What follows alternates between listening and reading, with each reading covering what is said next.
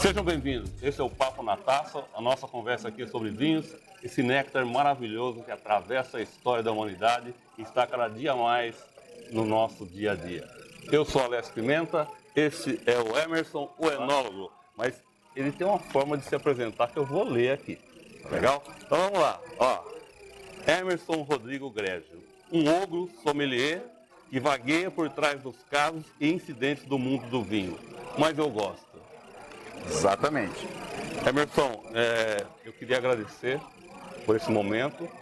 É um sonho muito antigo e estar aqui com você, essa possibilidade de estar compartilhando contigo esse momento aqui, para mim é de uma satisfação muito grande. O nosso encontro foi, não diria que nem casual, mas foi numa sala de aula, eu como aluno e você como professor.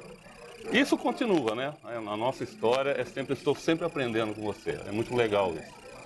Eu queria agradecer muito essa possibilidade, agradecer também as pessoas que estão aqui, os nossos convidados, que você vai apresentar cada um deles depois, vou deixar essa missão para você, mas é muito legal você, quanto mais você entra nessa história do vinho, você poder perceber que as mulheres estão cada vez mais dentro dessa história do vinho, principalmente aqui no Brasil. A Carol, que você vai ter a oportunidade de depois falar um pouquinho mais sobre ela, eu acho que ela é uma representante principal, um ícone dentro desse modelo, né, das mulheres estarem dentro do vinho aqui no Brasil. Então, depois se apresenta ela com mais carinho. Eu só quero agradecer a presença de vocês aqui. Nós temos aqui também um dos nossos convidados, um cara que representa uma profissão que está na nossa história há mais de 2000 anos, né, e que ainda hoje está aqui e que é muito importante dentro da história do vinho e para a fabricação do vinho. Então, obrigado também pela presença aqui. Emerson, está com você, apresenta o pessoal e a gente vai conversando. Obrigado por aceitar esse desafio. Para a gente sempre é muito bom poder falar de vinho e melhor ainda é ter pessoas apaixonadas, né? Conversar com pessoas apaixonadas pelo vinho. E acho que essa sintonia, a gente pode dizer que é uma harmonização, né, de estilos e características, afinal de contas, somos os dois meio ogros, né, dentro desse universo do vinho. Foi muito legal e acho que a ideia do Papo na Taça é realmente fazer exatamente isso que a gente está fazendo nesse primeiro programa.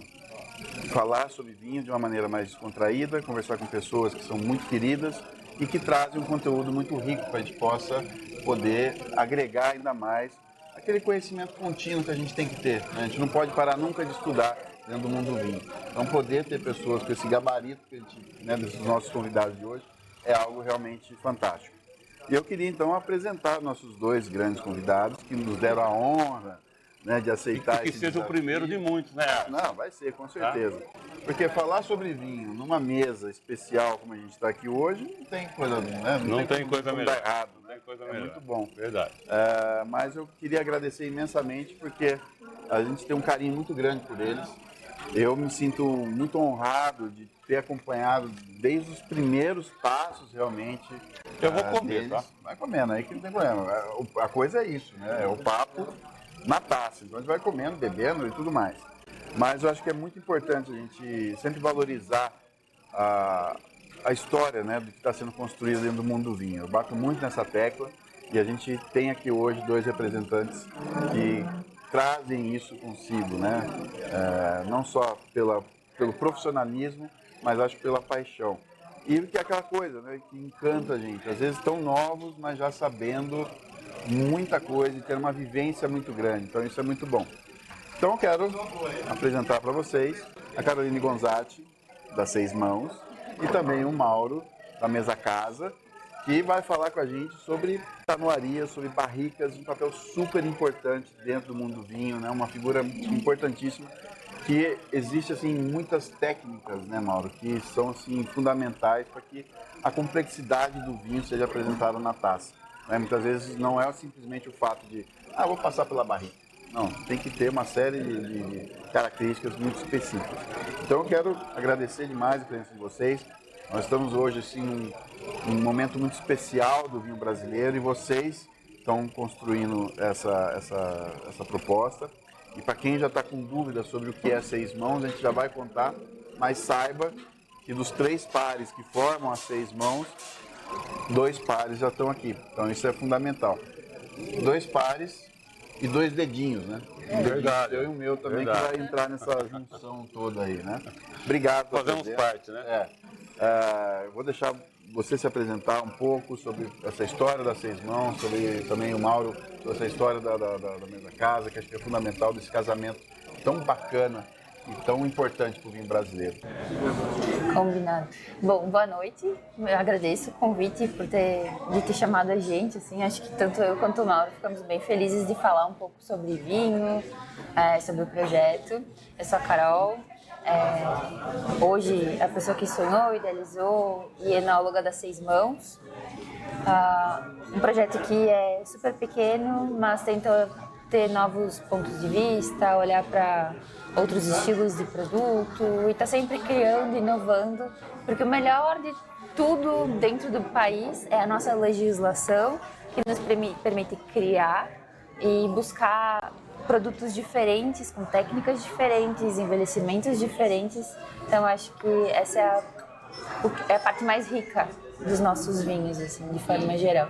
E trazendo esses testes, esse novo mundo, a gente olha para o passado, busca na tradição trazer algo hoje muito mais agregado à tecnologia, muito mais sólido, principalmente para o mundo da madeira brasileira, que foi assim como começou os vinhos na Serra Gaúcha, né? Basicamente o uso desses tonéis para fermentar, estocar vinhos, já que o custo do carvalho ainda hoje é muito elevado para a gente aqui. E aí a gente trabalha em conjunto, né, com o canoeiro lá de Montebello do Sul, que é o Mauro, hoje a 3ª geração da família. Mas vocês né? casaram por isso ou já eram casados? Como é que aconteceu isso? Começou a brincadeira do ódio que virou amor, né? A gente foi meio que unido pelos perrengues da enologia. Isso é verdade. Quando... A Carol me odiou muito antes. Exatamente. Por bastante tempo era eu nas vinícolas, tapando furo de barrica, suja de vinho que estava vinagrando ali, pingando no chão da cantina. O Mauro aparecendo e sendo a causa, né? Eu sempre escutava, o Mauro não faz barril bom. E aí, obviamente, que não dava para aceitar muito, né? Mas aí, com o tempo, virou amor, cá estamos. Então hoje os furos você aceita, de boa? Não dos meus barris. Não dos meus barris. Mas uma alga já sabe que tem que estar ali na linha, né? Que a cliente se tornou exigente. mais exigente. Exigente, né? é verdade. Manda, né? Manda, a gente, se não vai atender no dia, fora de horário vai ouvir reclamação. Às vezes demora uma semana, 2, 3, mas a gente dá um jeitinho. Ela pedia, agora ela manda. Agora ela manda. Sim. Ou então eu faço mesmo, né? Eu já vou me metida, pego um palito, uma cera e vai lá e faço. Cara, não tem medo de colocar a mão na massa. Já abriu o baril, já fechou o baril, já aprendeu a arte também. E que é muito legal que também, além disso, a personalidade de vocês, apesar de parecer muito diferentes, se complementam muito, né? É muito diferente, realmente. Mas dentro do mundo da bebida, ela se complementa, né? Eu acredito que a parte que eu trago dos vinhos, da bioquímica, da parte química em si, traz também esse conhecimento do Mauro, que é totalmente voltado para as madeiras. E é um conhecimento principalmente muito forte sobre a madeira brasileira, né? O carvalho é muito mais tranquilo hoje, a gente tem muito estudo, tem muita pesquisa, e esse trabalho de conhecer a madeira brasileira, a família do Mauro vem desenvolvendo já há bastante tempo e dominando também. Tanto que eles conseguem entregar com riqueza barris muito bons para uso tanto para vinho quanto cachaça, que hoje é o ramo principal que trabalha com madeiras brasileiras. Né? Carol, tem literatura disso ou é conhecimento de família, de pai para filho? Eu acho que seria mais um trabalho, né? Porque não tem literatura, pesquisa, embora alguns países tipo Itália usem o castanho, a França, a acácia francesa. A cereja da fruta. Também existem algumas outras madeiras no mercado dos vinhos, só que acabam, digamos assim, sendo, não digo ofuscadas, mas elas não têm tanto destaque quanto carvalho, da elegância, porque já se tem toda uma história, como eu estava comentando, um estudo, toda uma linha temporal trabalhando com carvalho de diferentes regiões, diferentes granulações, diferentes tipos de secagem, diferentes tipos de corte. Então, o carvalho sempre foi, como posso dizer, né? Aqui no Brasil a gente tem uma mudança muito forte de vários tipos de madeiras, madeiras que a gente nem conhece ainda. E lá fora o pessoal tinha muito esse de carvalho, né? Então, foi nessa linha, acabou dando certo e seguiu a sequência e muito estudo em cima disso. E acabou que outras madeiras há também tentativas, só que elas não ganham tanto destaque porque acaba sendo aquele rótulo mais específico, alguma coisa mais, como posso dizer, especial para aquele tipo de rótulo, que não é aquele gosto habitual, digamos assim, né, que a gente está no dia a dia. Ele acaba tendo... A barrica brasileira está sendo mais usada aqui ou já está indo para fora, o pessoal já está usando isso lá fora? Sim, então, a maior parte do mercado é Brasil. Mas hoje a gente exporta barris, temos outros países, mas com finalização de destilados e cerveja. Eu não tenho conhecimento hoje de barris exportados, pelo menos não pela Mesa Casa, que tenham sido utilizados em vinho, digamos, em vinificações. Mas tenho conhecimento de vinhos de Porto, GES, que alguns até fogem um pouco do carvalho, mas madeiras europeias aí da região, não brasileiras. Eu sei de madeira brasileira no exterior em utilização, por exemplo, em móveis ou alguma outra atividade voltada mais à marcenaria, mas não à tanoaria. Mas não existe uma lei, uma regra que estabelece que lá fora precisa ser só o carvalho. É possível usar outras madeiras? É possível usar, mas aí tem regramentos. Por exemplo, hoje até está tendo algumas mudanças, algumas coisas também lá fora nas legislações, um pouco as aberturas. Porque, por exemplo, o Bourbon, né, que é um whisky muito produzido no Kentucky, ele tem que ser 50% milho, 49% de cereais e sempre barrica de carvalho novo. Essa é a regra. Então, se usar um barril usado, não seria mais bourbon, ele vai ficar na linha dos whisky ainda, mas não vai ser bourbon. Mas está tendo uma liberdade o pessoal fazer finalizações, que eu tive até a oportunidade de provar alguns whisky desse estilo envelhecidos com barris ex-Porto, ex-Reis, outras barris, então finalizações até está ocorrendo. Mas agora, integral, por exemplo, uma madeira brasileira já faz utilização. Mesma coisa o conhaque, né? O conhaque tem que ser barrica de carvalho, carvalho francês, inclusive de 400 litros, é o regramento. Até mesmo a gente exportou madeiras brasileiras para o conhaque e foram também de 400 litros, mas eu não sei em qual legislação estava enquadrado, porque na regra diz carvalho. Digamos, essa é a regra do conhaque. Já também acontece com outros tipos de bebidas, né, que principalmente no mundo destilado existe muito desse regramento. Aqui no Brasil, que nem a cara fala, a legislação nos dá liberdade de criar, a gente não fica preso a nenhuma, como se diz assim, legislação ou regra, a gente pode criar, ter liberdade assim de crescer e inovar a todo momento, né, ser muito mais criativo no mercado. Tem possibilidade, por exemplo, de escolher outras madeiras e desenvolver, fica meio que na tua mão decidir. Se você entender que é uma madeira legal, que tem a flexibilidade suficiente, você consegue ir lá pegar e usar. Hoje, até mesmo em questão de madeira brasileira, eu não digo que seja fácil a compra, tá? Porque, como posso, até talvez eu me alongue um pouco na resposta, mas como funciona a madeira brasileira? Quando a gente fala em carvalho, existem serrarias para madeira, para tanoaria, e carvalho para madeira para uso geral. Quando que ele está no areia, o pessoal seleciona as árvores, rasga a madeira, seca o tempo. Quando a gente importa, a gente recebe já a peça pronta para a montagem do barril. Quando a gente fala em madeira brasileira, a gente tem que cuidar muito, porque aqui no Brasil tem desmatamento ilegal, né? Áreas que são proibidas de corte, ou foi feita uma extração sem documentação, entrar numa área de privação permanente. Tem o desmatamento legal, que são áreas que foi permitida a demarcação de derrubar dessas árvores, que vai ser utilizado para o agro, para a indústria, para alguma outra atividade, pode fazer o aproveitamento da madeira, e tem o manejo. O manejo é o que a gente usa hoje na tanoaria. O que é isso?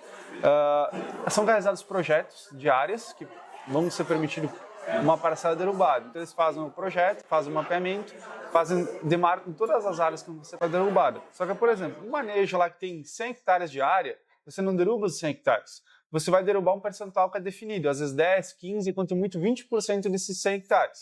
É tudo regulamentado. Regulamentado. IBAMA, Florestal, o pessoal tem todo um projeto. Só que desses 20% que vai derrubado, não é que você vai entrar no mato e vai derrubar tudo. As áreas são demarcadas, troncos de 40 a 80 de diâmetro, então menor não pode cortar porque tem que aguardar o crescimento, maior já é uma árvore que está no bioma para alguma outra função, não só para madeira, para o bioma em geral, para a fauna, enfim, que está ali também para alimento ou para próprio reflorestamento natural, né? Eles não permitem o corte, então fica restrito a uma região. E dessas áreas que são demarcadas, uma parcela você vai derrubar num período ali de 1 a 2 anos, e outra parcela você só vai poder derrubar talvez às vezes de 20, 30 até 50 anos depois. Então nesse período que fica ali, ninguém pode entrar no mato, o pessoal fica ali protegendo a área, a própria floresta se recompõe. Daí com isso a gente consegue extrair as árvores. Elas têm rastreabilidade total, de onde foi extraído, mapeamento, geolocalização, tem DNA, tem um monte de informações da madeira. Ela foi extraída de um método legal.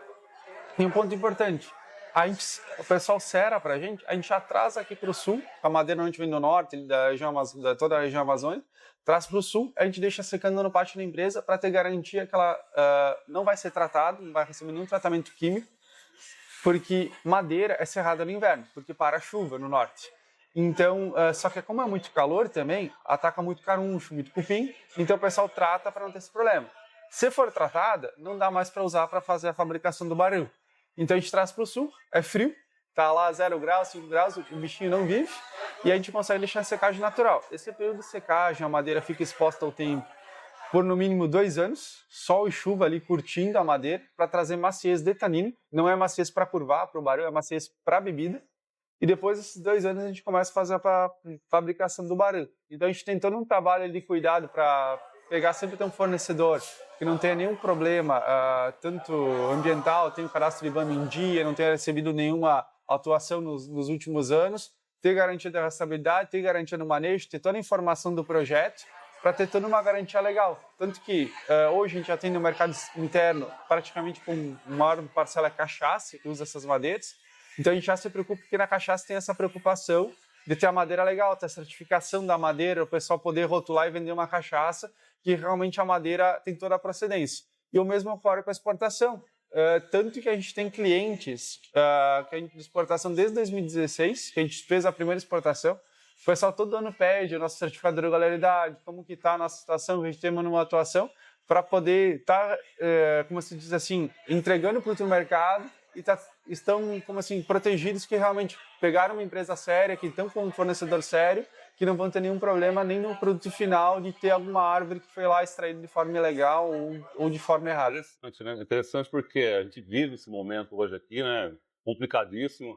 É legal que seja dessa forma também, porque para proteger a própria natureza.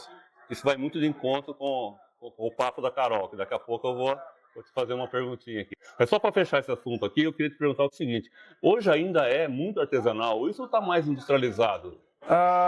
Como pode dizer? A tanoaria no Brasil, ela foi sempre um pouco mais tímida, digamos assim, foi muito mais braçal. Tá? Hoje, lá na minha casa, como o cara apresentou, só a terceira geração. Meu avô, praticamente ia para o mato, derrubava a árvore, serrava a madeira curvada e montava um baril. Meu pai já trabalhou muito no forte da época do tonel grande, para armazenamento. Então era bastante manual, porque era bater mareta, entrar no tonel, fazer limpeza. Eram parafinados, até na época aqueles tonéis não eram tostados, era para outras finalidades. Só na década de 90 que a gente começou a trabalhar mais nessa linha de envelhecimento de bebidas. Até mesmo a vinícola da região ali, principalmente a Miolo, foi a pioneira para a gente, assim, nos ajudou muito no início.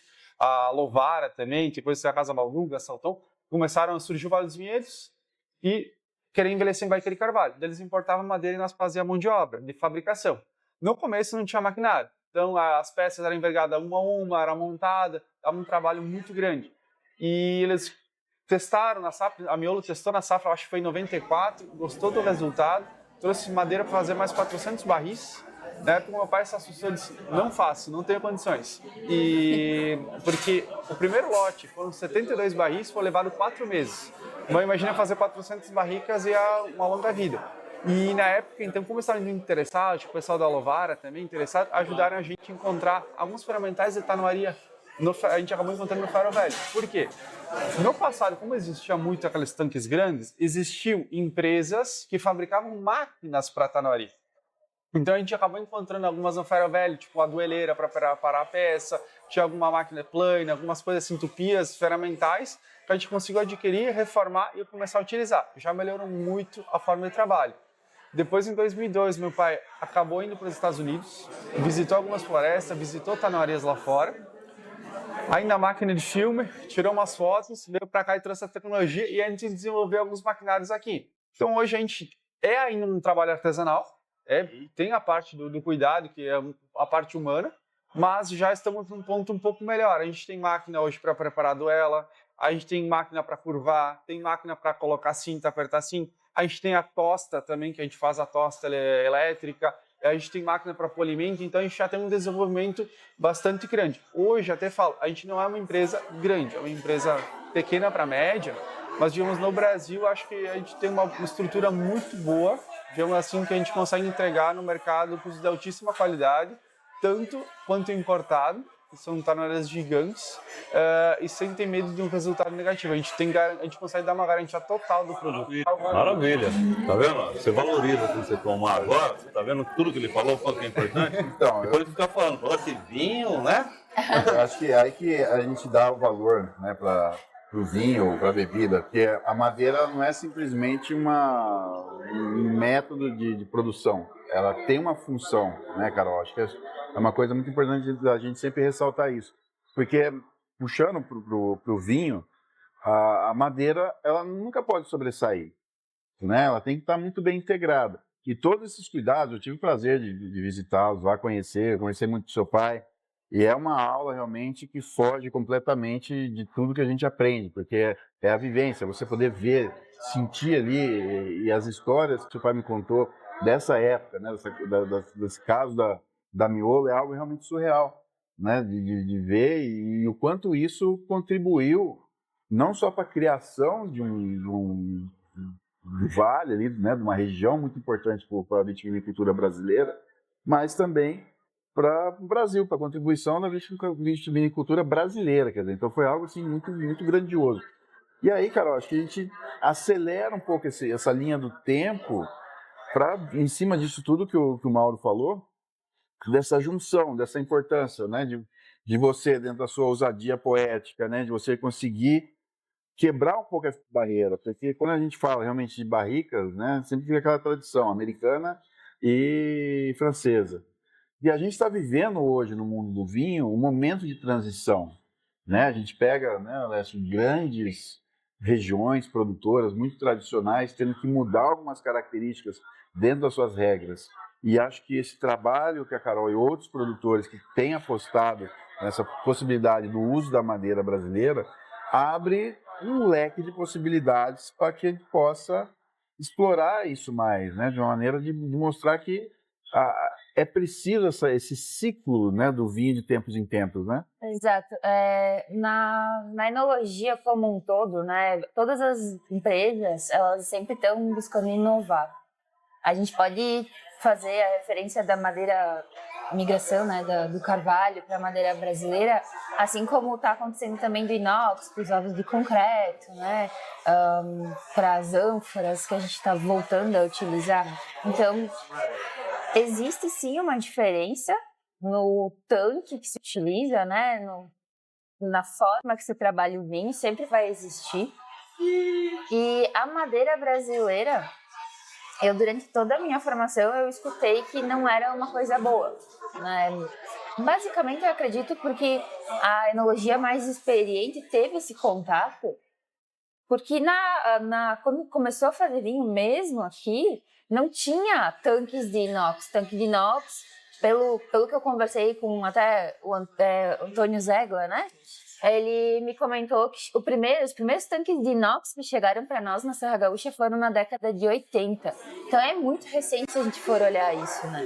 Até então se utilizavam alguns tanques de ferro pintados com epóxi-dente, as piletas também eram utilizadas, piletas que são feitas com concreto, né? Estruturas em formato de caixa, né? Hoje é bem pouco utilizado aqui já. Eram também utilizadas... Aquelas bolas de concreto hoje é bastante utilizado, né, Carol? Os ovos, né? Mas antigamente tinham as piletas, que eram como se fossem quartos com uma porta de tanque. É um quarto fechado todo quadrado, né? Uma caixa, isso. Não um quarto, uma caixa. Era um bloco mais ou menos de, normalmente 1000 litros, 2x2. Tinha de todos os tamanhos. Algumas vinícolas grandes ainda têm alguns desses e são utilizados. Mas o problema das piletas que eu vejo maior, assim, é a dificuldade de higienização, assim como eram dos tanques de madeira, que muitas vezes, por serem gigantes, eram parafinados, né? Era a madeira por si só. Quem tem algum objeto de madeira em casa, alguma mesa, algum piso de madeira, ou a casa de madeira, percebe que ela oscila com o tempo. Se está mais úmido, ela incha. Se está muito quente, ela contrai. Daí ela acaba podendo vazar, né? No caso de uma barrica. Então, esses tanques, aliado ao conhecimento, às tecnologias que a gente teve lá no início, assim, de fazer vinho, eu acredito que, obviamente, não ia ter um melhor vinho, uma qualidade que é o que a gente tem hoje.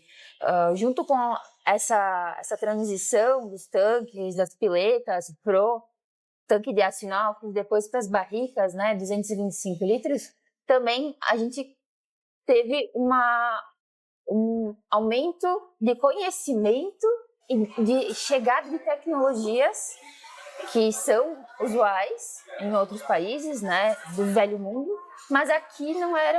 Mas, por outro lado, Carol, a questão da barrica. Tem uma deturpação muito grande no uso da barrica, porque a ideia original é você fazer a micro-oxigenação. E hoje, né, de um tempo, né, na história do vinho, se usou muito a barrica para dar aromas, né, para enriquecer o vinho, uma coisa que hoje é muito questionada, né? O que acontece, assim, por que a gente fala da micro-oxigenação? Eu posso fazer isso num tanque de inox, posso fazer isso numa ânfora, num ovo de concreto.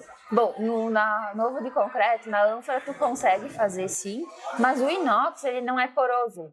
Se tu deixar um vinho lá dentro, ele vai envelhecer muito lentamente porque ele não vai ter entrada de oxigênio.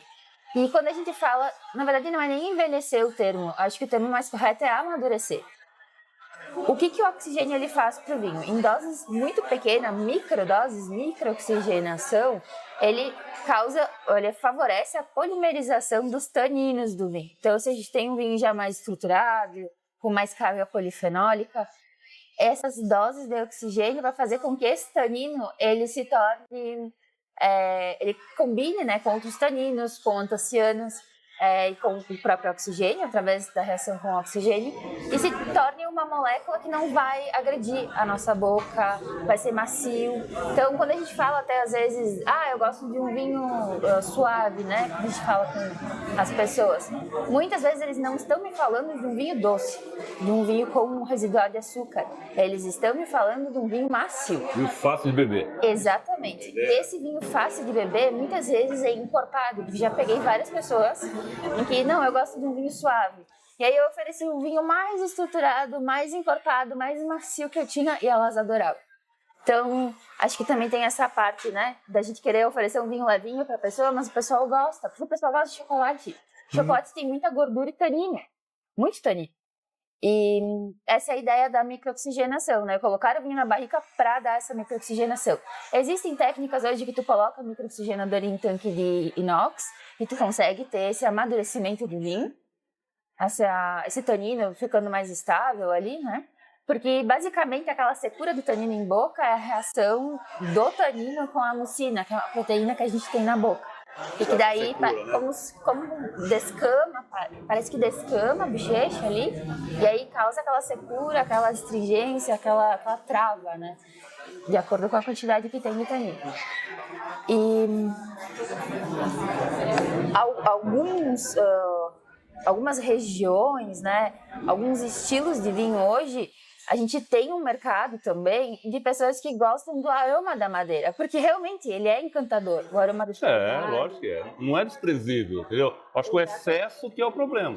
Exatamente. Porém, se a gente olhar algumas regiões, a característica da região é o excesso da madeira. E tá tudo bem, eu acredito que são estilos de vinhos para consumidores diferentes, momentos diferentes, né? A gente não pode também querer colocar tudo numa caixinha, porque daí vai ficar uma coisa chata. Acho que a beleza do vinho, assim, do mundo é... A diversidade é muito grande, mas a gente percebe, né? A gente tem comentado bastante, acho que em aula, hoje o público está mudando bastante, né? A procura de um produto mais tranquilo de beber, alguma coisa bem mais suave, né? Suave nesse sentido de fácil de beber. Aquele vinho pesado, é coisa nossa, da nossa época, a gente tomava os malbecão, né? Eu sou malbequeiro, sou da época do malbequeiro, né? Lógico, aí você vai... Fui me arriscando a experimentar, e hoje eu acho que a sacada é essa, a gente tem que se permitir, Claro. né? Para você poder experimentar de tudo. Tá aberto, né? Acho que isso que a Carol tá falando vai muito em conta realmente com essa tendência de mercado. Uhum. Até vou trazer uma polêmica aqui, que recentemente, não é uma polêmica, é uma coisa que está engasgada comigo já há um tempo, cara. De um comentário que eu vi de um senhor aí, muito especialista em vinho aqui no Brasil, sobre essas mudanças. Aquilo que eu estava falando sobre as mudanças das regras e tudo mais. E ele estava inconformado com as mudanças lá em Bordeaux, né, que tiveram a abertura para outras uvas dentro do corte bordalês e tudo mais. Se você não sabe o que é o corte bordalês, procura a gente que a gente dá aula sobre vinho, pode passar para vocês sem problema nenhum. Flávio, coloca o telefone aí, tá? Para quem quiser ter aula, tá? Mas o fato é que o Bordeaux é um berço, né, de uma escola da vitivinicultura mundial, referência para várias regiões, só que está chegando num momento que precisa mudar. E não é por questões só ambientais, né? É o mercado, a nova tendência de consumo. E esse senhor estava falando justamente da questão de que isso atende uma necessidade imediatista de um novo consumidor, né? E acaba meio que... Conservadorismo, né? E ele sendo um cara mais tradicional, isso acaba sendo algo que é inaceitável, né? E a gente não pode ter isso. É impossível a gente permitir... Primeira coisa que a gente precisa pensar é assim, antes a gente sim ama, vive o vinho, trabalha, defende o vinho, com unhas e dentes. Mas para quem trabalha com vinho não é só a apreciação, no dia a dia ele é nosso trabalho. A empresa, ela depende do sucesso de vendas daquele vinho ou daquele estilo, e a empresa que não quer atender o consumidor, ela automaticamente começa a perder força e não consegue ficar, né, no mercado. Então, acho que esse é o ponto. Eu havia até esses dias uma matéria que falava sobre a França querer pretender reduzir a produção de vinho. O que está acontecendo? Está na revista DEGA esse assunto. O que está acontecendo, assim? Então, e tem outra coisa que eu acredito muito, assim. Um consumidor de vinho, quando ele começa a tomar vinho, ele tem aquele vinho que ele toma toda hora. Aí, no momento, ele cansa. O vinho era maravilhoso. Aí ele passa a ser um vinho que não gosto mais. Pula para outro. Claro que existem vários tipos de consumidor, né? Mas o que mais eu vejo acontecer é isso. E aí ele vai para um outro estilo, continua, não quero mais aquilo. Quero coisa nova. Tô cansada do mesmo. Tô cansada de comprar um vinho na Itália, porque sempre vai ser igual naquele mesmo lugar, né? E são vinhos muito bons. Acho que tem os momentos deles, são vinhos muito ricos. Mas chega uma hora que cansa, que é aquela ideia da denominação de origem. E foi isso, inclusive, que trouxe à tona a madeira brasileira de volta. Que foi a indignação, né, de um francês, que é o Gaspard de Jumeaux, que veio para o Brasil porque ele não queria mais seguir regra na França, ele queria fazer vinho com autoral, com criatividade, colocar o conhecimento dele. Ele chegou no Brasil e disse, opa, peraí, como que vocês não utilizam madeira brasileira? E aí começou a fazer testes e, comercialmente falando, hoje ele foi o primeiro enólogo a trabalhar com madeira brasileira no Brasil. E a gente que é do mundo do vinho, a gente agradece muito esse tipo de atitude, porque nos possibilita estar apreciando coisa diferente. sair daquela mesmice, né? E sabe o que é legal? É que essas pessoas que têm essa coragem, elas nos motivam a dar um passinho para trás e olhar, será que o que eu estou fazendo é certo? Será que eu não estou só seguindo um fluxo? E lá na frente eu vou me encontrar meio perdido, vou ter que, né? Então, eu acho que esse foi o papel principal do Gaspar, assim, em levar o nome da madeira brasileira. Hoje ele tem a Terroir da Vigia, que trabalha com queijos, né? Trabalha com os vinhos. São vinhos fantásticos, né? Consegue dominar a angurana, que é uma das madeiras mais difíceis de trabalhar, assim, ao meu ver. Com vinho, sim. Com vinho, né? Na cachaça ela é muito apreciada, mas no vinho ela é um pouco mais difícil. E aí entram outras pessoas, outros enólogos também muito bons, trabalhando com a madeira brasileira. O Giovanni Ferrari, né, da Arte Viva, por exemplo. E quando eu comecei ali em 2021 a querer fazer as 6 mãos, eu tinha muito nítido, assim, né, os 2 primeiros pares, que era o viticultor, o cara que cuida do vinhedo, que é o que entende, assim, o ciclo da lua, ele sabe que ali vai chover, porque ventou um pouquinho diferente, ele conhece o solo, conhece o clima, a terra, a exposição, ele sabe como cuidar da planta. O enólogo, que seria a minha atividade, mas quem era o terceiro par de mãos, né? E até, assim, falando bem abertamente, por ter relação com o Mauro, pra gente ser namorado e tudo mais, eu tinha um pouco de receio de falar do tanoeiro. Só que eu não tinha como não falar do tanoeiro. O Gaspar, o Gil comentavam, por que tu não faz? Né? Trabalha com isso, é bacana, a gente tem que levar a madeira brasileira pro Brasil, né? E aí começamos, eu e o Mauro, a fazer teste. Mauro, tem que mudar esse barril aqui, tem que fazer diferente lá na tanoaria. E não é só secar a madeira, não é só curvar um barril, né, Mauro? Tem segredos ali para... Porque para a cachaça é um barril, né? De uma madeira brasileira. A mesma madeira para o vinho é outro barril. Totalmente. É outra tosta, outro método. Obrigado, Carol, porque isso nos trouxe possibilidade dessas maravilhas aqui que eu me apaixonei, tá? Você sabe muito bem disso, né? A gente quase conversa lá pela internet, eu estou sempre falando das coisas que você faz aí. Eu quero fazer uma colocação aqui. Ontem, né, na nossa apresentação lá, você sabe que eu fico só tentando, né, pegar as coisas no ar.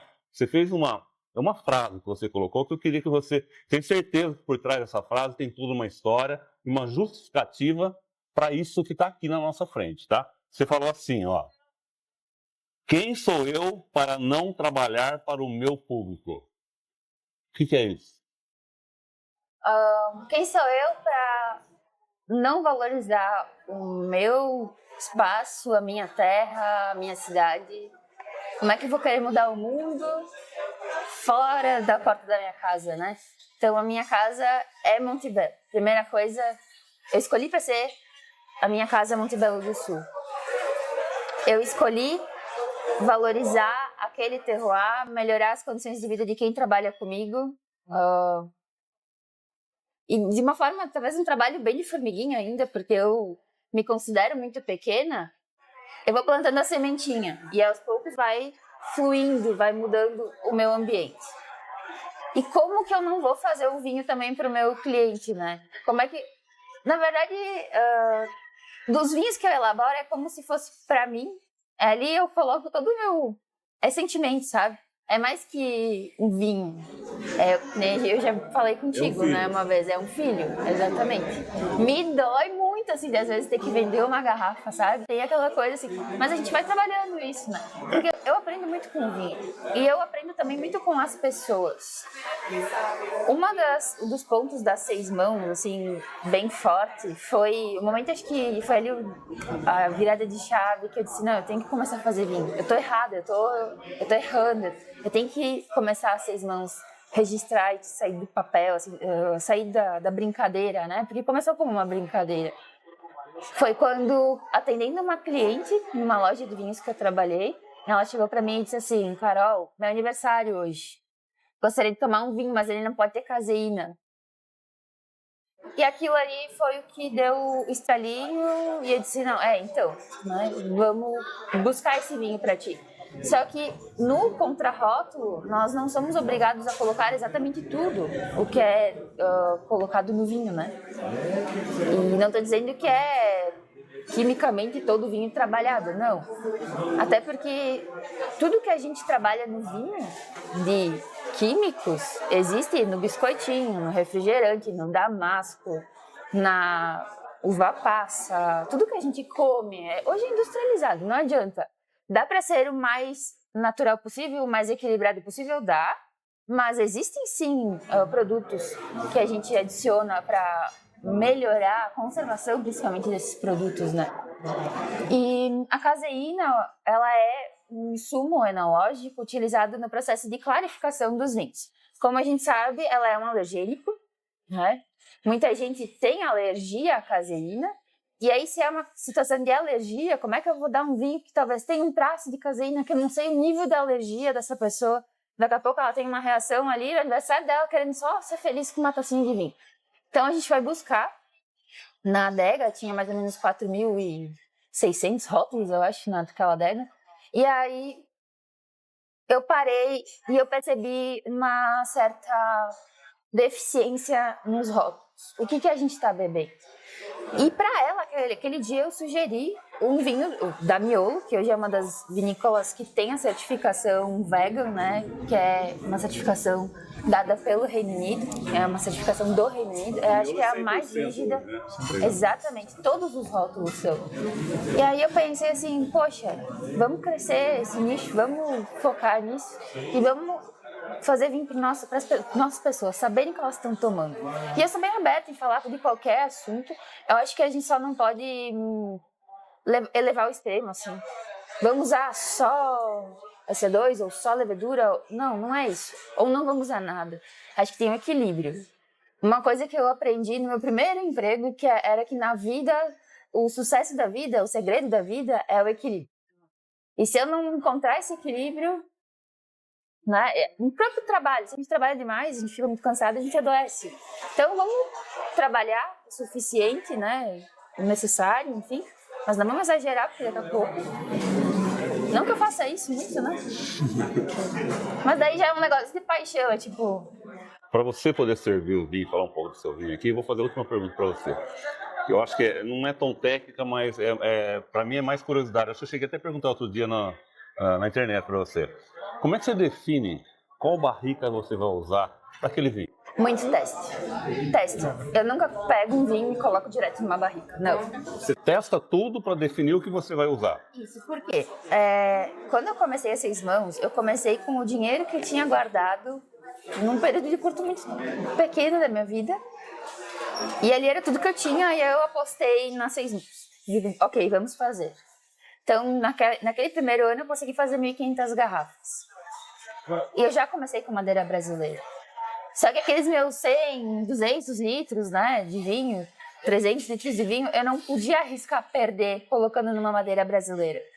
Então eu fiz testes, um teste simples. Vamos ver o pior cenário da interação daquela madeira com aquele vinho. O Mauro Natanaria, ele tem os chips. Pega uma garrafa, coloca 2 gramas de chip na garrafa, deixa ali um dia, degusta, 2 dias, 3, uma semana, degusta. E vê o que pior pode acontecer, o que melhor pode acontecer. E aí, com base nisso, se define tosta, se define tempo, e aí bota na barrica. Quando vai pra barrica, não é fiel a esse teste, tá? Pode oscilar. Mas eu já tenho uma ideia do que pode dar de errado. Você já tem uma orientação, você sabe para onde está indo aquilo, né? E no primeiro ano, 2022, um teste que eu fiz foi da Gráfia com o Pinot e também na Gráfia coloquei o Cabernet Sauvignon. O Cabernet Sauvignon ficou intragável, tá? Ficou assim, não dava para tomar. O vinho era bom, ele era bem equilibrado. Eu colocava na Gráfia, a acidez dele elevava, mas não era a acidez analítica, né? Tu mandava analisar, ela continuava a mesma. Era a sensação da acidez do vinho. E aí, não combinou. Percepção em boca. Percepção, exatamente, porque se eu pegar e analisar o vinho, ele não muda, ele não mudou. Mas a sensação em boca era como se tivesse desequilibrado o vinho, sabe? E aí, Eu testei ele no Pinot, e no Pinot, um vinho que ele tinha uma acidez maior, tinha um álcool, né, um aroma mais estruturado, um aroma mais evoluído, assim, não aquele aroma tão fruta. Tava legal, mas faltava um volume, faltava um meio de boca. E quando eu botei na garrafa, ele, volume de boca. Agora, com o Cabernet Sauvignon, ao contrário, assim, foi totalmente... E aí eu gosto de dizer que a madeira escolhe o vinho. E é realmente isso, né? Eu posso testar a cabriúva no Merlot e fazer um rosé e fazer a cabriúva num taná. No taná não combina. Mas isso não quer dizer que uma madeira salva o vinho, né? A uva, eu acho que é o principal dessa brincadeira toda, né? Ela pode enganar. Pode esconder algum defeito, né? Mas é só deixar o vinho aqui na taça que tu percebe. Assim, talvez uma pessoa leiga, talvez não. Mas quem tá ali todo dia vai saber. Não tem como mascarar um vinho que tá... Tu tira alguma oxidação. Mas uva que estava verde na hora do colheito não melhora com microoxigenação. O tanino que amadurece, né, nesse processo de microoxigenação não é de uva verde, é um tanino de uva madura. Tu nunca vai conseguir melhorar um tanino verde. Esquece. A única forma de melhorar um tanino verde é como um cliente me perguntou hoje: Carol, o que é goma arábica? É um produto enológico também, estabilizante de taninos. Ele combina e evita que aconteça aquela secura, então o vinho fica mais macio. Existe, é utilizado na indústria. Obviamente que cada empresa vai trabalhar da forma que acha que deve e também quem vai aceitar isso ou não é o consumidor, né? Tem vinhos que definem, é ele que acaba definindo. E isso é uma coisa que é muito, muito interessante também da gente frisar, essa questão do mercado, porque a gente entende, se o vinho está ali, existe um público consumindo aquele vinho, não é porque não me agradou que eu preciso desmerecer o trabalho feito. Exato. Né? Então, e acho que isso cai nessa preocupação que você tem de poder entender o que o seu público quer, né? O que você pode surpreender dentro daquela expectativa que o público tem. E casa muito bem, né, com as identidades que você vem colocando no seu vinho. Agora eu queria saber o seguinte: você falou essa questão, a madeira e a uva, elas têm que entrar em sintonia. Já aconteceu algum caso de você ter ali numa safra deu super certo esse casamento e na outra safra, de repente, elas ficaram de mal? Com a madeira brasileira? Dentro dessa... Ainda não. Ufa, ainda não. O Pinot, todas as 3 safras que eu elaborei, ele mantém a mesma finesse, assim. E eu acredito que está melhorando, porque a barrica está começando a ficar um pouquinho mais velha, né? Mais gasta. Então, eu acredito que está melhorando. O vinho está podendo ficar mais tempo na barrica.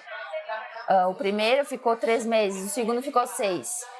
O terceiro está ainda na barrica. Estou sem previsão, assim, de engarrafar, né? Vamos ver se ele evolui. Ele está muito bom já. Vamos ver se ele aguenta ainda. Então, é também um trabalho de degustação. O rosé também. O rosé, o primeiro ano, foi o vinho que deu errado, mas que no final deu muito certo. Era um vinho que eu queria que fosse espumante, mas aí eu descobri que eu não mandei nada, quem mandou o vinho. E eu tenho que só respeitar a vida dele. E ele deu muito certo na cabriúva. No ano seguinte eu tentei errar de novo, né? Provoquei o erro. Saiu muito parecido, tentei fazer o mais igual possível. Ficou muito parecido e, na verdade, eu acredito que teria ficado até melhor. O segundo que eu elaborei. E o terceiro tá no mesmo estilo, assim. Muito. O corte foi igual, o envelhecimento tá sendo igual, só que tá ficando mais tempo na barrica, né? Que é normal. A barrica, ela é como se a gente fizesse um chá. O primeiro chá, ele sai gostoso, forte, né? Com os aromas ali, a boca. Se eu pegar aquele mesmo saquinho de chá e fizer um segundo chá, ele vai sair mais aguadinho, e aí vai perdendo, né? A madeira, ela é assim. Mas isso é bom ou é ruim, Carol? Porque você fala assim, madeira primeiro, segundo e terceiro uso. Eu, particularmente, eu gosto muito do vinho com terceiro uso, com menos influência possível da barrica. Então, quanto mais uso, melhor. A microoxigenação permanece, né? Não muda. Ela pode diminuir um pouco, sim, né? Se o vinho não está bem estabilizado, vai para a barrica, sim, pode diminuir um pouco da microoxigenação. Vai do cuidado que você tem com essa barrica. Mas eu prefiro barris mais usados. O meu trabalho, a minha ideia é trabalhar com barris mais velhos, mais usados. Os aromas do vinho, da fruta, né?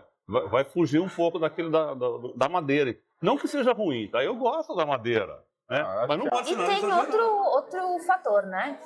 Por que só gosto de madeira no vinho? Então eu boto chip, né? Então eu não tô precisando de microoxigenação, eu vou colocar um chip, então, se eu quero só dar gosto. Pra que eu vou botar o vinho no barril? E aí que eu tô falando, são estilos de vinho. A pessoa quer o gosto da madeira, mas quer um vinho levinho, um vinho jovem, eu vou ter que botar um chip. Não tem como botar o vinho no barril, ele não vai aguentar. Até mesmo pro vinho e pra barrica, ele tem que ter uma estrutura, não é simplesmente você pegar um vinho, qualquer vinho e colocar. O vinho tem que ter um álcool, tem que ter uma acidez. A acidez de uva é muito importante porque ele traz longevidade ao vinho. Ele tem que ter tanino, no caso do tinto, ele tem que ter um corpo, tem que ter um volume, uma complexidade. Tem que suportar a barrica, né? E é a busca do equilíbrio, né? Agora, vamos molhar a goela? Então, Esse papo precisa de um gole, né? Precisa de um incentivo aí, né? Posso servir? Bom, você trouxe pra gente 2 lançamentos, né? 2 vinhos muito especiais. E eu queria que então vamos começar pelo espumante. Bom, eu trouxe hoje o novo queridinho das 6 mãos, né? É o espumante Moscato Giallo Nature. Moscato Giallo, mas não é moscatel? Bom, é um Nature. Essa é a pergunta, né? Moscato não é doce? Não é doce? Não, ele é um Nature. Ele tem menos de 3 gramas por litro de açúcar. E a ideia aqui foi realmente trazer esse aroma magnífico que é do moscatel, mas com uma boca mais seca, uma boca mais cremosa, com uma acidez. E aquele vinho que o aroma dele faz tu querer tomar, né? É como se tivesse sol dentro da garrafa. Parece que o dia começa a brilhar. Essa é a sensação que eu tenho desde a primeira vez que eu tomei o vinho. Por que eu elaborei esse vinho? Primeiro porque é sempre muito comum, né, a gente ter o público que quer o moscatel. E eu me perguntei por que será que eu não posso fazer um moscatel nature? Talvez esse público vai gostar, né, vai curtir. E foi o que eu tentei. E deu muito certo. Eu gostei bastante do resultado. Ele é um espumante champenoise. Todos os espumantes que eu faço são champenoise. E eu dou muito preferência pelo Nature.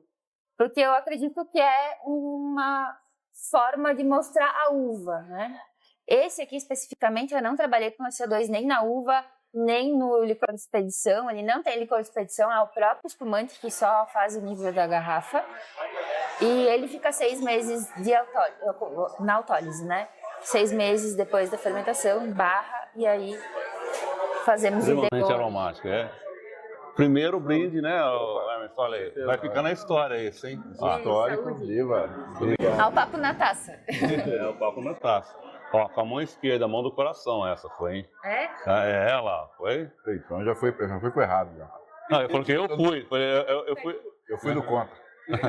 Agora, uma das características do Papo na Taça é não só a gente conversar, mas a gente ter convidados especiais também que estão acompanhando a conversa, né? Porque muito mais do que um podcast, o Papo na Taça também é um talk show. Talk show. É mais chique, né? Falar. Então eu vou pedir. O João morreu, nós podemos, né? Para a Carol, para a gente poder servir também quem está assistindo aqui, né? Deixa eu só secar. Eu vou passar para eles ali. Eles servem o pessoal.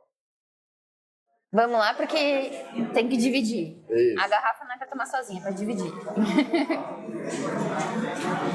Saúde a todos. Bom, desse espumante de Moscato Giallo no nariz, ele lembra muito pêssego, muito maracujá. E eu tenho uma memória de dar risada, né? Aquela coisa assim, eu acho muito engraçado quando o pessoal fala, aquele pessoal assim que fala broto de tomate. Da onde que tirou o broto de tomate, né? Mas é que quando a gente começa a degustar vinho, quando a gente começa a trabalhar com isso, eu acho que uma das principais coisas é cheirar tudo. A gente vira nojento, a gente cheira até o copo d'água, a gente degusta até a água, né? E tem um fundo de vida nisso, eu acredito. Porque é tu parar, prestar atenção no que tu tá fazendo. Quantas vezes no nosso dia a dia que a gente para e olha o que a gente tá fazendo? Muitas vezes a gente tá aqui comendo com o celular, com a TV, não tá sentindo o gosto da comida, né? E eu aprendi desde muito cedo a prestar atenção no que eu estou sentindo. O Mauro brinca comigo às vezes assim, nossa, Carolina, tu é muito chata, tudo tem cheiro, tudo te incomoda, mas é porque realmente eu entro num lugar e eu sinto o cheiro. É a nossa ferramenta, né? Exatamente. É uma das ferramentas. E eu presto atenção muito no meu olfato. Né? Esses dias eu fiquei com... fiquei um pouco Gripado. né, gripada, assim. E eu fiquei com o meu cheirador diminuído, né? Eu tava... Era como se não tivesse, sabe? Tu perde um pouco a referência. Exatamente. Eu tinha o costume de entrar na minha casa e sentir um cheiro. E eu não tava sentindo aquilo. Então tu fica... Isso é uma coisa muito legal, porque é uma descoberta que a gente está tendo, né, na verdade. O Brasil nunca teve tanto essa questão dos aromas, da sensibilidade tão presente para perceber as coisas. Né? Eu acho que nós temos essa coisa do emergente, assim, de estar sempre ali trabalhando, fazendo, criando. Comendo em pé, Carol. A gente trabalhando come em pé. A gente não senta nem para muito mais sentir o sabor, o cheiro. Não senta para comer. Sim, a gente precisa. Realmente a gente precisa. Mas será que no jantar, né, ou no café da manhã, a gente não pode parar um pouquinho e prestar atenção no que a gente está fazendo? Eu entendo que no dia a dia a gente tem que produzir.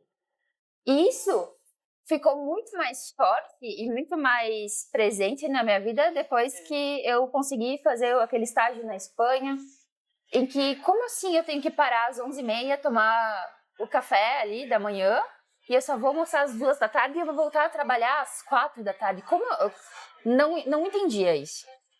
Aí foi, e eu comecei a entender, realmente, né, paramos. Tem um momento ali. E tomo vinho, e come o pão com tomate. Por que a gente não pode se dar esse prazer da vida? Eu tenho uma mania que virou um toque. Eu vou almoçar, se eu tiver 10 coisas diferentes no prato, eu como tudo separado. Entendeu? Justamente para eu poder... Lógico, algumas coisas eu junto para sentir o gosto das duas, mas eu vou comendo para sentir realmente no que eu estou comendo. Entendeu? Senão não faz sentido, né? Você sentar e mastigar e engolir aquele troço por engolir. Exato. Eu acho que é o prazer tá na comida também, né? Nossa, prazeroso. Comer é uma coisa muito prazerosa. Eu acho que é uma das mais prazerosas que a gente tem é comer. E aí a gente não valoriza isso. E aí, voltando, né, o que eu queria, eu não sei se eu concluí, mas pra mim é uma coisa muito boba, mas eu tenho muito de memória de infância, o tal do babalu de maracujá. E é o que eu sinto exatamente nesse espumante, assim. É um maracujá mais iogurte, né? A primeira vez que eu degustei, eu fiquei meio, opa, o que é isso?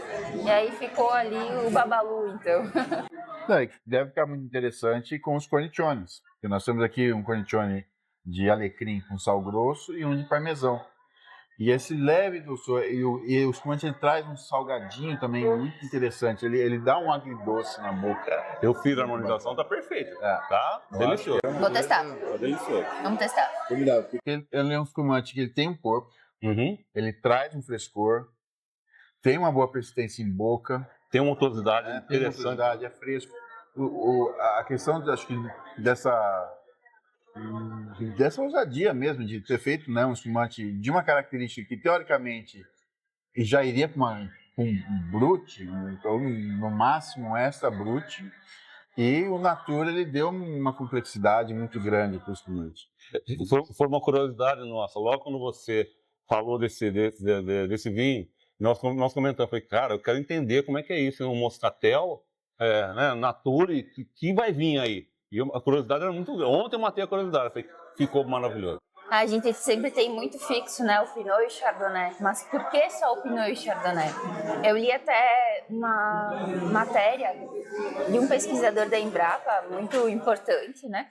Que ele mencionava, assim, que talvez essa busca por terroir, ela não seja tão fiel quando se trabalha com variedades não usuais para um espumante, por exemplo.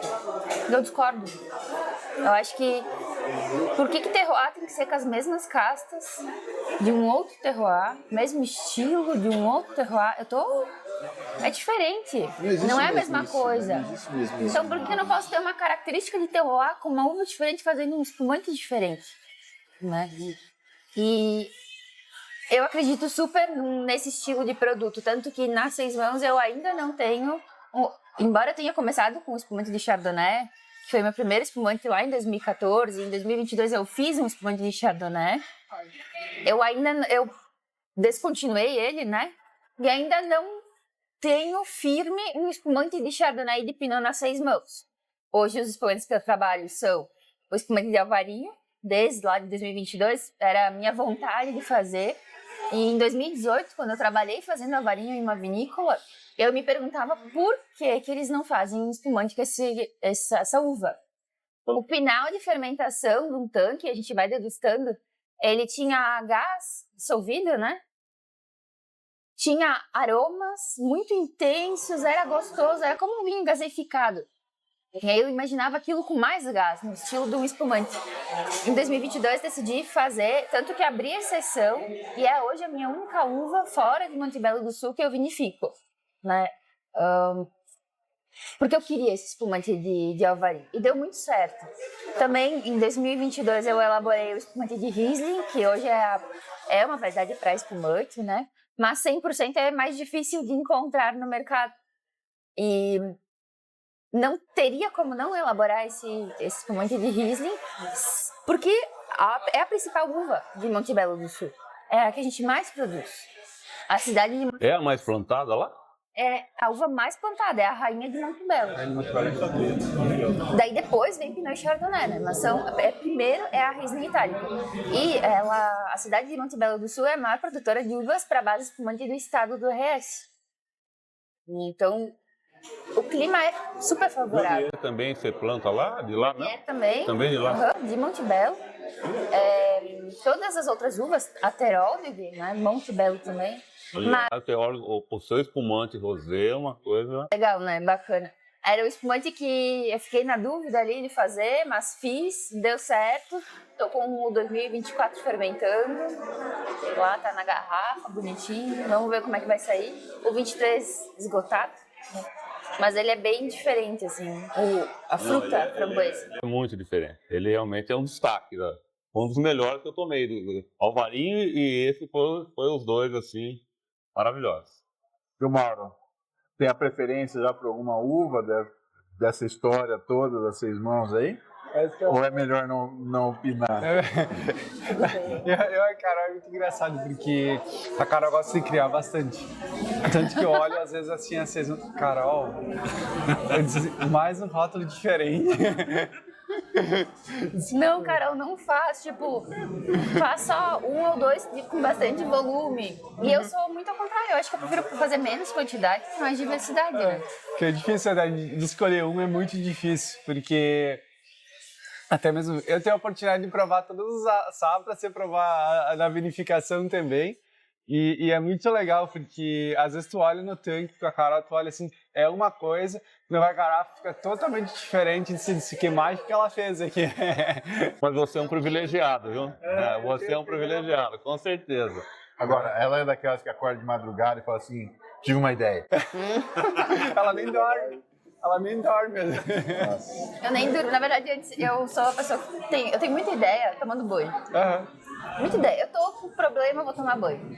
É incrível, sempre resolve o problema no banho. Ele acha que é água na cabeça, não sei o que é. E esse período do final da noite é um período que geralmente eu fico fazendo atividades aí, ou em casa, ou coisas minhas, né? E ali sai muita ideia. E o pior de tudo é que eu comecei a dar aula. Eu tive que começar a estudar para poder dar aula. E nesses estudos veio surgindo mais dúvidas e, consequentemente, ideias, né? E aí segurar e tentar selecionar o que eu vou fazer e o que não vou. Eu sou mais criativo à noite também. Durante o dia eu trabalho muito, mas a hora que eu vou elaborar as coisas, eu vou escrever, eu tenho uma mania de escrever, eu tenho que ser à noite. Durante o dia, eu atropelo as horas. À noite não, à noite eu vou, às vezes vou lá, vou tomar um vinho de boa, entendeu? É ali que a criatividade vem. Mas você sabe que eu trabalhei em publicidade por 25 anos. Então a criatividade tem que estar ali à tona, né, toda hora. E eu tive uma vez uma conversa com um artista plástico que ele falou: nunca uma ideia ela é boa de cara. É verdade. Então a melhor coisa, tem a ideia, anota, dorme e no dia seguinte você acordar, pensa se você iria aplicar essa ideia da mesma maneira que você pensou na noite anterior. Porque daí é uma forma de falar assim, não, o negócio realmente é bom, dá para encarar essa ideia, né? Essa forma que foi criada. E quando tu é muito criativo é muito fácil tu te auto-sabotar, eu acho, Sim, né? com certeza. Bom, uma constante assim de será que eu faço? Rola a ideia, vai atrás, vê custos, vê se tem viabilidade, mas será que o meu consumidor vai aceitar? E eu tenho alguns clientes que estão toda hora ali. E aí tem alguma novidade? Daí eu me sinto também assim, poxa, eu tenho que entregar alguma coisa diferente, porque eles querem a novidade. Eles já estão relacionando as 6 mãos com a criatividade. E isso é uma coisa que é bacana. Então, isso é uma coisa bacana porque é algo que a gente já tem conversado muito sobre isso, dessa característica de a produtividade ser pequena, mas sempre ter uma coisa nova. Né? Então, que até a gente entra numa categoria que foge da boutique e vai para o ateliê. São obras de arte. E aí tem muito disso, né? Você está buscando essas inovações, mas sem perder a referência. Né? Você vê que trouxe um espumante fantástico, um espumante que surpreendeu na taça, né? E ele é convidativo, né? Para tomar. Ou seja, você deu uma nova cara e uma coisa que você sempre fez, né? Então, sem perder as referências de toda a identidade que vocês vão sempre ter. Eu acredito que é uma linha muito boa de se trabalhar e uma necessidade que o mercado tem. Qual que é o volume de produção, Carol? Curiosidade.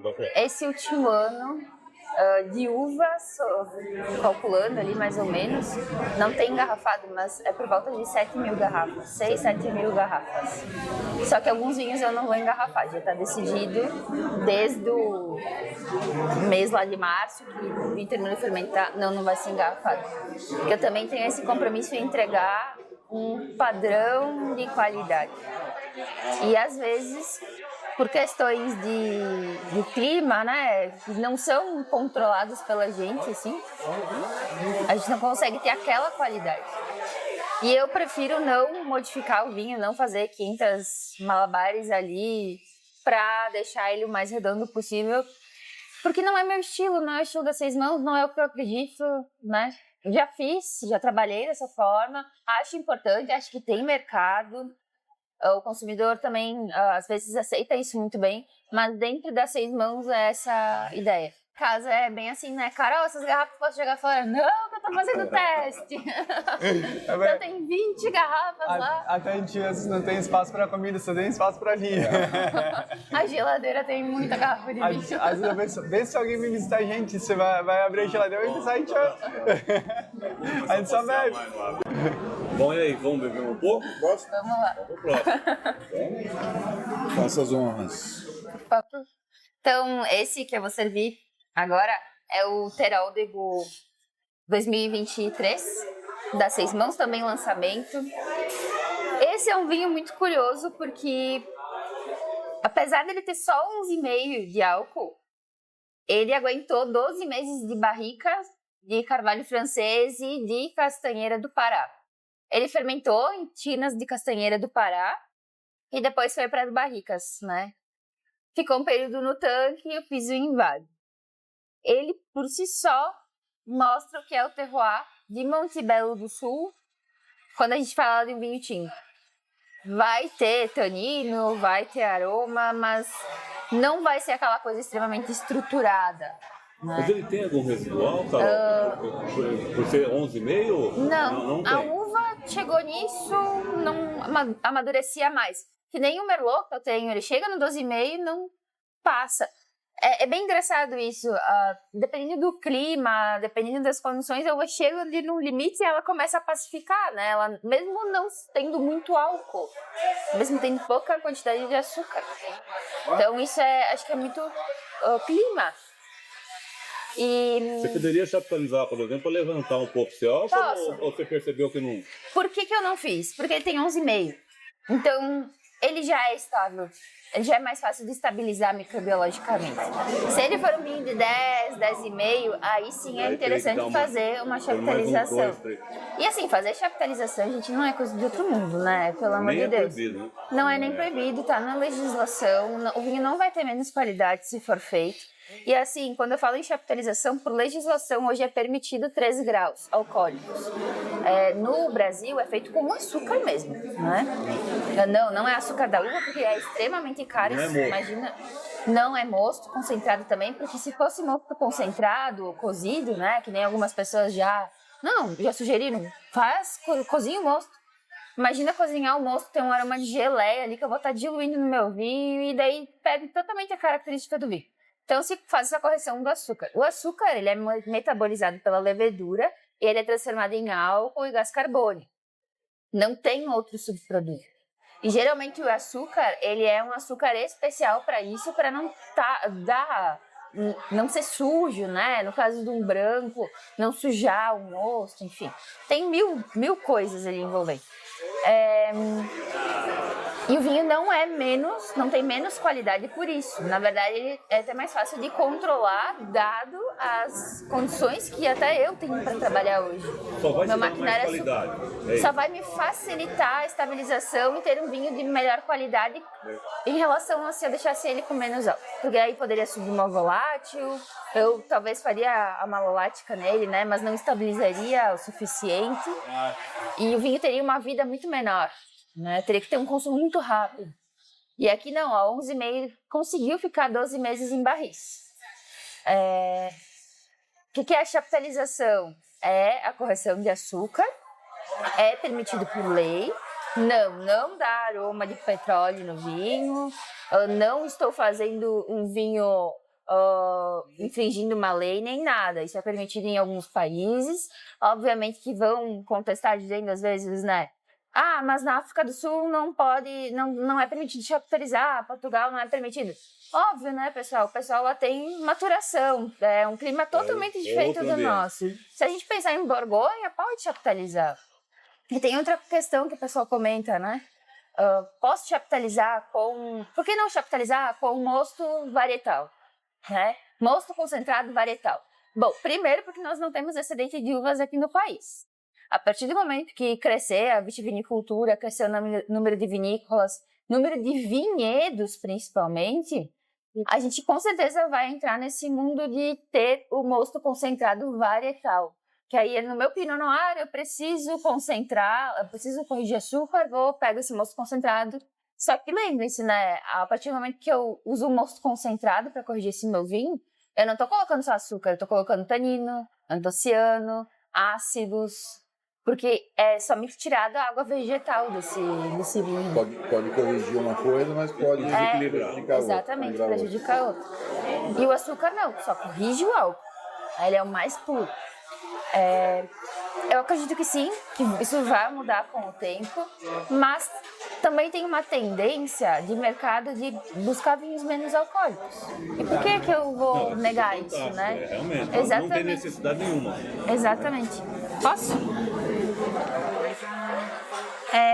Buscar o equilíbrio, o segredo, né?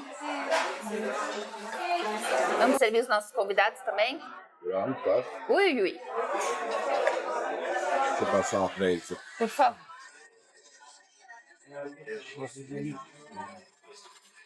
mandar para os nossos convidados também aqui provar o Teróldego 2023.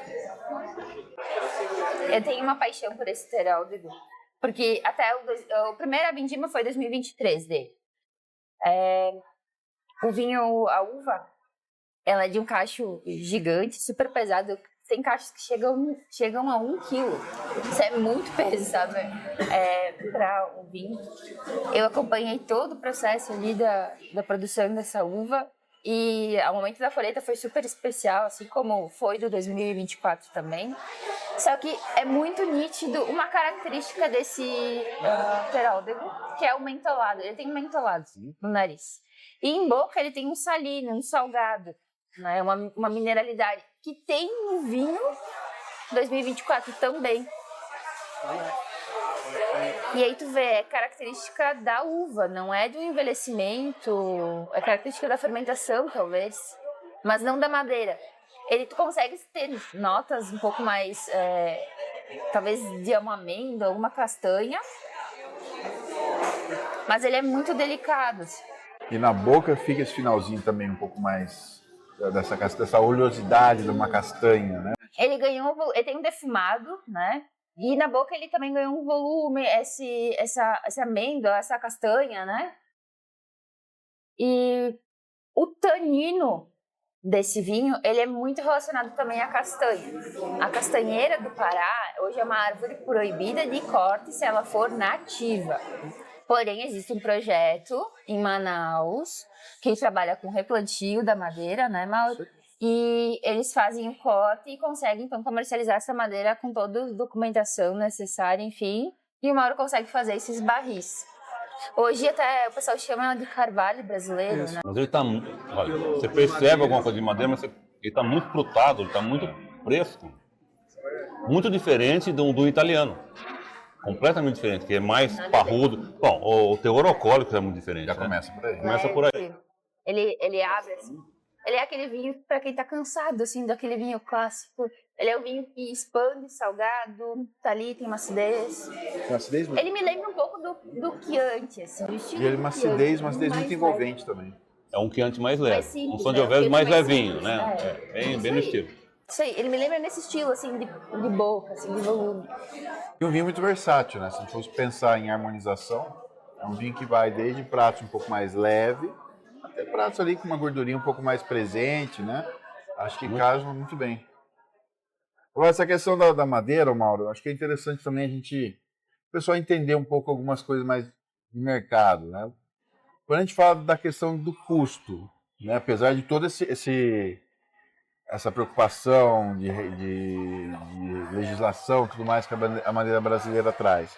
Hoje ainda ela é economicamente mais viável para o produtor em relação à madeira do carvalho francês ou americano?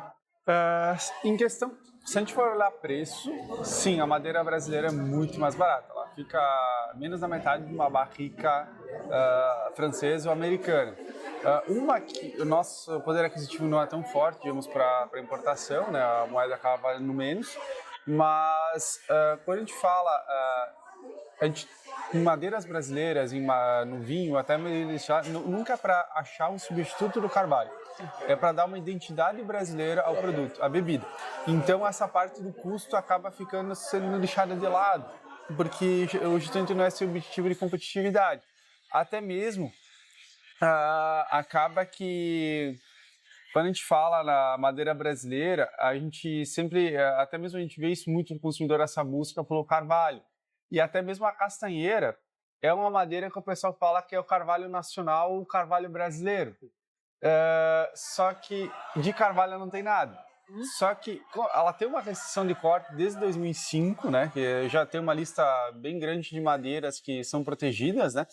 E esse aqui foi um projeto de reflorestamento. Então, as árvores estão sendo cortadas na faixa de 50, 60 anos, né? Então, é um reflorestamento, diferente de mata nativa, que são árvores de 300, 400 anos. E quando o pessoal normalmente fala que é carvalho nacional brasileiro, é justamente para mascarar, porque muitas vezes essas madeiras são extraídas de forma ilegal, e o pessoal coloca como carvalho para poder emburar, porque em questão de visual, até ela tem similaridades, mas em gosto, peso, parte de fibra, ela fica diferente, ela tem outra cadeia aromática, todas essas outras situações. Mas é muito interessante porque dá a opção de variedades que a gente tem. Por exemplo, hoje, a cabriúva é uma madeira que também está dando muito certo no vinho, que ela remete a muitas notas de especiarias, ela tem um perfume doce, tem o bálsamo, que ele é mais herbáceo, a grápia tem notas lácteas, um chocolate branco, Tem o Jequitibá Rosa, que ele tem bastante neutralidade assim, de aroma, sabor, assim, mas ela lembra bastante no vinho floral, ele tem um estoque mais delicado, então isso é bem interessante que acontece. Só que a maior também, uma situação que acontece muito com a madeira brasileira é os nomes populares. Toda a madeira brasileira tem um nome popular diferente. Mesma coisa que acontece, por exemplo, com bergamota, mexerica, tangerina, cada região, a madeira também. Isso é uma dificuldade bastante grande. Por exemplo, a castanha do Pará, carvalho nacional, carvalho brasileiro. A cabriúva, alguns chamam de bálsamo, só que o bálsamo também é conhecido como cabriúva vermelha. Aí tem a grápea, alguns chamam de garapeira, e isso acontece com infinidade. Isso dá bastante confusão, tanto no mundo do destilado, que eu vejo produtores às vezes colocando, às vezes engarrafando o mesmo produto com nomes diferentes, a mesma madeira, né, com nomes diferentes, por causa justamente do mercado consumidor que ainda está aprendendo a gente identificar por causa de toda essa popularização. A amburana, ela chega a ter mais de 10 nomes populares. Então, tanto que a amburana, que ela ganhou tanta fama na cachaça, é a cerejeira da Amazônia, não é a cereja da fruta, é a cerejeira amazônica que era muito utilizada na indústria moveleira. A gente vai, às vezes, móveis antigos, casa de vó, que a gente fala, tinha cozinha, tinha cristaleira de cerejeira. Cerejeira. E a amburana que a gente usa hoje na cachaça. Então, até mesmo no vinho. Então, isso acontece bastante também no mundo da madeira brasileira. Um pouco parecido com as uvas, né? As uvas também. Muda de região, recebe um monte de nome diferente. E isso acaba confundindo também um pouco a cabeça das pessoas. Mas faz parte, acho, do mundo do vinho, ele tem essa complexidade e é legal isso, né? Deixa mais interessante. Verdade, aumenta a conversa, acaba dando... Aí tem aqueles caras, né, que tentam adivinhar, né? Fica tentando essas coisas, não acerta nada, né? Não. E você sabe que acaba, em vez de acertar, acaba se complicando.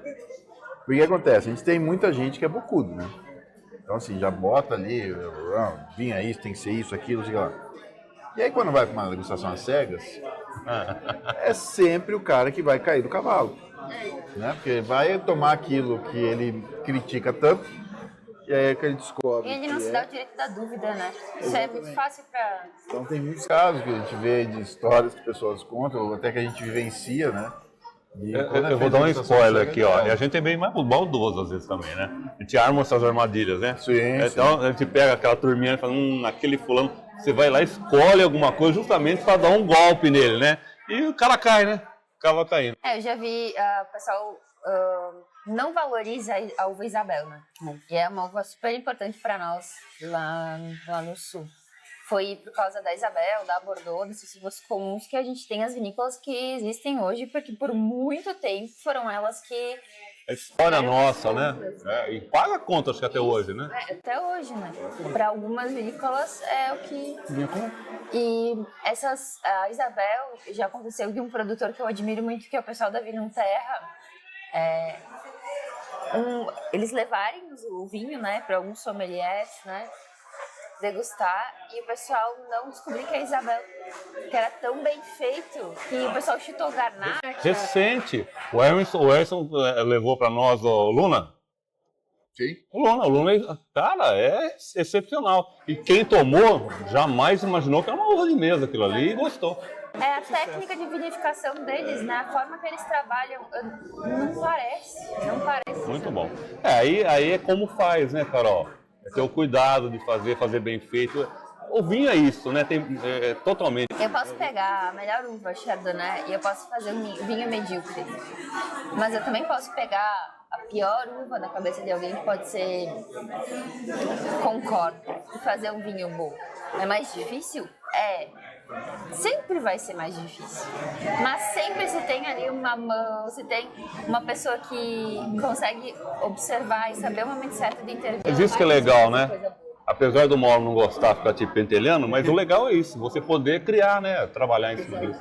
Faz parte, o enólogo, essa bruxaria, porque eu falo que enólogo é bruxo, tá? É todo bruxo, é bruxaria esse negócio. Não é física e química, é biologia, tudo isso. É bruxaria. Gente, eu acho que foi legal, né? Foi bacana, né? Foi muito bom. Um belo encontro, agradecer a vocês aí. Mas eu queria finalizar com uma pergunta. Vamos lá. Eu vou direcionar para a Carol pelo fato do nosso assunto estar muito mais linkado ao vinho. E aí depois o Mauro vai confirmar se é isso mesmo ou não. Carol, o que é o vinho para você? Não existe mais, eu não sei identificar, na verdade. Se eu parar e olhar para trás, eu não consigo ver a minha vida sem o vinho. Então, não existe diferença. Eu já tentei fugir do mundo do vinho, não deu certo. Ele me trouxe de volta, assim, volta aqui. Teu lugar é aqui. O vinho, ele é um mundo de 1000 possibilidades que engloba, que exige de mim ser química, bióloga, física, mecânica, eletricista, mestre da gambiarra, né? Ele é um mundo que me estimula a aprender um pouco de tudo, tentar ser melhor e, além disso, tentar me conectar com as pessoas, entender, falar a mesma língua. Ele, para mim, é um mundo de desafios, de tentar ser uma pessoa melhor. Para mim, isso eu vi. Ele me proporciona eu poder me reinventar todo dia, me adaptar, acordar, querer criar uma coisa nova para agradar alguém, para melhorar o dia de alguém, sabe? Porque às vezes é aquela taça de vinho no final da noite que a pessoa nem sabe quem que fez, como fez, só tem um rótulo bonito, mas que para ela foi o momento dela e acho que essa é a razão de tudo, sabe? É eu me tá constantemente melhorando, tentando encontrar meu lugar, para também fazer carinho e levar amor para uma pessoa que tá ali. Talvez eu nem vá ver, conhecer, tocar, enfim. Mas eu acho que é isso. E é isso mesmo, Mauro?